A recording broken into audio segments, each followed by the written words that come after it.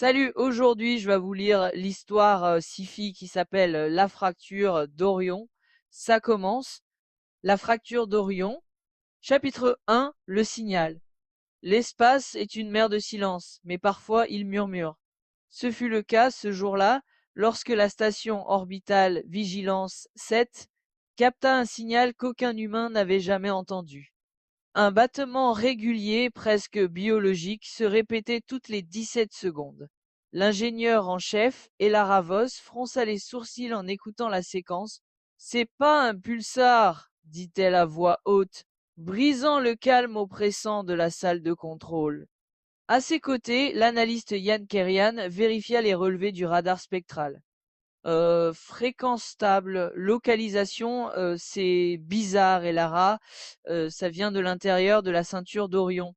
Elara se figea. C'est impossible, y a que du vide là-bas. Yann hocha la tête, l'air tout aussi troublé.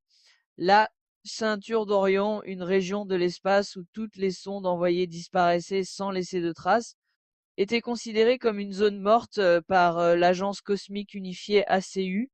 Mais ce signal, il était trop précis, trop intentionnel pour être un simple phénomène naturel. Chapitre 2, l'appel des profondeurs. Les jours suivants, les perturbations s'intensifièrent. Des signaux cryptés inintelligibles apparurent sur toutes les fréquences de communication. La station entière subissait des anomalies, coupures d'énergie, fluctuations de gravité et apparition de formes floues sur les capteurs de surveillance. Et Lara, je jure que j'ai vu quelque chose passer devant la baie d'observation, déclara Yann, sa voix tremblante. Pas de panique, rétorqua Elara, bien qu'elle-même avait du mal à rester calme. Peut être une réflexion d'astéroïde ou un débris métallique. Non, c'était humanoïde, murmura-t-il. Leurs regards se croisèrent. Ce genre de conversation ne se terminait jamais bien. Cette nuit-là, Elara fut réveillée par un son métallique, comme des pas résonnant dans les couloirs. Le bruit se rapprochait. Clang, clang, clang. Elle se redressa, alerte. Yann, c'est toi? Dit-elle via le canal interne. Aucune réponse. Armée d'une lampe à plasma, elle sortit de sa cabine. Les lumières d'urgence diffusaient une teinte rougeâtre inquiétante. Puis elle le vit. Au bout du couloir, une silhouette immobile, grande, mince, humanoïde. Qui est là? Hurla-t-elle. La silhouette tourna lentement la tête. Clang, clang, clang. Elle courut de toutes ses forces, se jeta dans la salle de contrôle et ferma la porte blindée. Sur l'écran central, la phrase suivante s'afficha. Vous ne pouvez pas fuir. Chapitre 3, le contact. 3 heures plus tard, Elara n'avait toujours pas quitté la salle de contrôle. Yann ne répondait plus à ses appels radio. Elle commença à craindre le pire. Puis il y eut un grésillement, une voix. Non, plusieurs voix comme un chure déformé se superposèrent sur le canal de communication et la Ravos. Qui parle? Demanda-t-elle. Nous sommes ceux qui restent. Vous êtes dans la ceinture d'Orion, c'est ça? Il y eut un long silence. Puis la voix chuchota. Nous sommes la ceinture. Son cœur se serra. Pourquoi nous attaquez-vous? On ne veut pas de conflit. Nous n'attaquons pas, nous corrigions. Corriger quoi? L'anomalie, toi. Chapitre 4. La fracture. Elara s'effondra sur son siège, la tête entre les mains. Elle, l'anomalie, elle était l'erreur à corriger. Chaque esprit isolé est un fragment cassé. Je ne suis pas cassée, hurla-t-elle. Soudain, une lumière intense envahit la salle. Une silhouette apparut au centre. Tout doit être un. Et Lara courut vers la console d'urgence et activa le module d'éjection. Elle fut expulsée dans l'espace, observant Vigilance 7 disparaître dans une lueur noire. Chapitre 5. La dérive. Le module de survie dérivait dans le vide.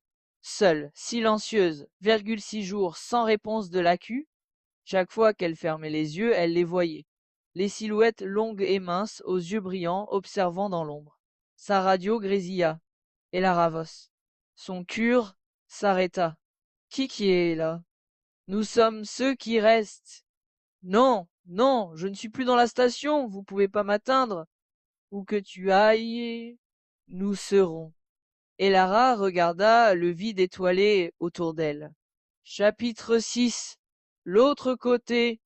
À court d'oxygène, et Lara ferma les yeux. Elle accepta la fin, mais quelque chose la tira du néant. Lorsqu'elle rouvrit les yeux, elle ne voyait plus l'espace. Elle était dans un couloir étroit et sombre.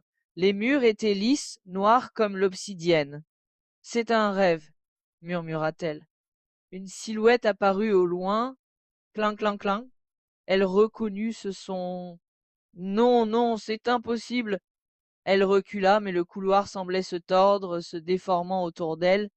Ce n'est pas réel. Ce n'est pas réel. La silhouette s'arrêta à quelques mètres d'elle. Elle n'avait plus de visage, juste un ovale lisse. Puis, de nulle part, elle parla.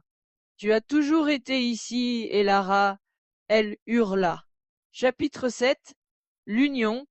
Et Lara errait dans cet espace infini de couloirs sans fin, ses pas résonnant dans l'obscurité. Des ombres se mouvaient au bord de sa vision. Où suis-je? Les voix répondirent en écho. Chez nous. Je veux partir. Il n'y a pas de départ. Il n'y a que la fracture. Soudain, elle se retrouva face à elle-même. Une copie parfaite d'elle-même, mais les yeux vides. Qu'est-ce que c'est? Nous sommes toi. Tu es nous. La copie s'avança. Non, ne me touche pas, hurla Elara, mais la silhouette posa une main sur son front. Des souvenirs jaillirent, mais ce n'étaient pas les siens. Des mondes entiers, des planètes, des millions d'années d'existence et de solitude. Nous sommes la ceinture. Elle cria, luttant, mais les images se superposèrent à sa mémoire. Sa propre identité se dissolvait.